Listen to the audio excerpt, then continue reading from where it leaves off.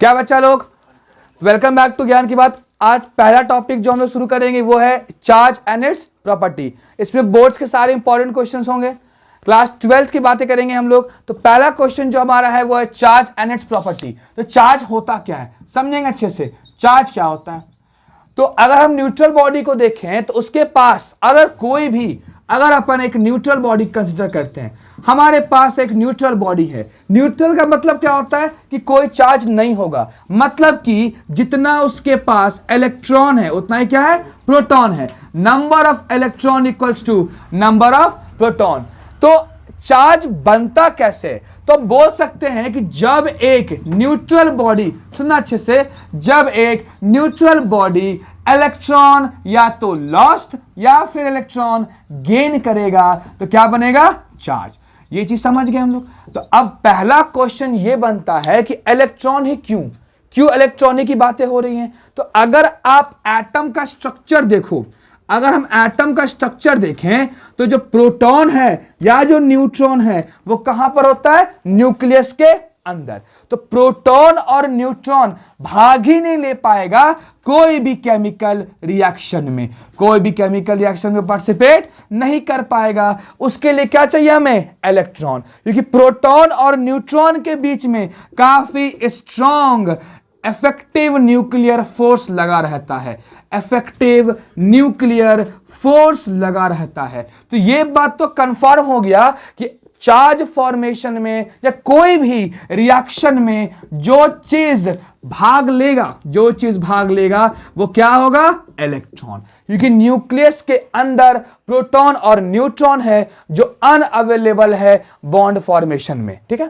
तो इलेक्ट्रॉन की बातें होंगी, मतलब इलेक्ट्रॉन का यहां पे ट्रांसफर हो रहा है। इलेक्ट्रॉन क्या हो रहा है, ट्रांसफर। तो क्या बन रहा है, चार्ज। तो हम ये समझ गए कि चार्ज तब बनेगा जब इलेक्ट्रॉन का क्या होगा, ट्रांसफर। तो समझते अच्छे से चीज को। तो व्हाट इज चार्ज या डिफाइन चार्ज को लिखेंगे कि charge is formed by loss और गेन ऑफ इलेक्ट्रॉन। इलेक्ट्रॉन का लॉस या गेन से क्या बनता है, चार्ज। या अगर एक भाषा में अपन बोले तो ट्रांसफर ऑफ इलेक्ट्रॉन। जब इलेक्ट्रॉन का ट्रांसफर होगा तो क्या बनेगा, चार्ज। तो अब समझते हैं ये होता कैसे है। मान लो हमारे पास एक बॉडी है जिसके पास 4 प्लस चार्ज है और 4 माइनस है। जितना इसके पास प्लस चार्ज है उतना ही क्या है, माइनस चार्ज। तो बॉडी ओवरऑल क्या हो जाएगा, ये न्यूट्रल। तो बॉडी के ऊपर ओवरऑल कोई चार्ज नहीं होगा, जीरो चार्ज। तो ये क्या हो जाएगा, न्यूट्रल। अब अगर चार्ज बनाना है हमें तो इसमें से इलेक्ट्रॉन का लेन देन करना होगा। सपोज करते हैं कि अभी एक इलेक्ट्रॉन इसने क्या करा, लॉस कर दिया। अब देखो, क्योंकि आपको पता होना चाहिए कि हमें प्लस चार्ज को नहीं छूना है। क्यों नहीं छूना है, क्योंकि प्लस जो है वो न्यूक्लियस के अंदर है तो वो भाग नहीं लेगा। भाग कौन लेगा, सिर्फ माइनस। तो प्लस को अपन वैसे रहने देंगे और एक माइनस चार्ज को उड़ा देंगे। तो आपको दिख रहा होगा सारे आपस में क्या हो जा रहे हैं, न्यूट्रल। और क्या बच जा रहा है, प्लस। तो +1 ई चार्ज। अब बोलोगे ई क्यों लिख रहे हैं, क्योंकि इसके पास, सुनना ध्यान से, अगर एक इलेक्ट्रॉन का लॉस हुआ तो वहां पर उतना चार्ज का कमी होगा जितना एक इलेक्ट्रॉन का चार्ज था। क्योंकि पहले क्या था, एक इलेक्ट्रॉन यहां पर मौजूद था और ये जो चार्ज बन रहा है, ये चार्ज क्यों बन रहा है, ये चार्ज क्यों बन रहा है, तो ये चार्ज इसलिए बन रहा है क्योंकि यहां पर लॉस हो गया किसका, एक इलेक्ट्रॉन का। तो अगर एक इलेक्ट्रॉन का लॉस हुआ तो यहां पर इक्विवेलेंट एक इलेक्ट्रॉन का ही चार्ज बनेगा, लेकिन साइन क्या होगा उसका, प्लस। तो इलेक्ट्रॉन का चार्ज कितना होता है, 1.6 10⁻⁻19 कूलम, अगर मैग्नीट्यूड की बात करें तो ऐसे ही अगर 2 इलेक्ट्रॉन का लॉस हो तो क्या हो जाएगा, +2 ई चार्ज। और अगर n इलेक्ट्रॉन का लॉस हो तो क्या हो जाएगा, +ne चार्ज। आसान है चीज, याद रहेगा। तो इलेक्ट्रॉन के लॉस से यहां पे ये सीख रहे हैं कि कोई भी अगर तुम्हारे पास एक न्यूट्रल बॉडी है और अगर वो इलेक्ट्रॉन लॉस्ट करता है तो क्या हो जाएगा, प्लस चार्ज का फॉर्मेशन हो जाएगा। अब बात करेंगे माइनस चार्ज के बारे में।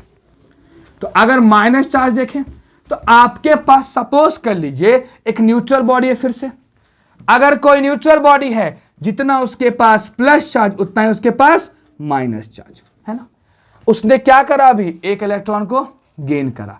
अगर उसने एक इलेक्ट्रॉन गेन करा मतलब यहां पर प्लस चार्ज तो था ही और माइनस में पहले चार्ज था और एक और इलेक्ट्रॉन यहां पर आ गया।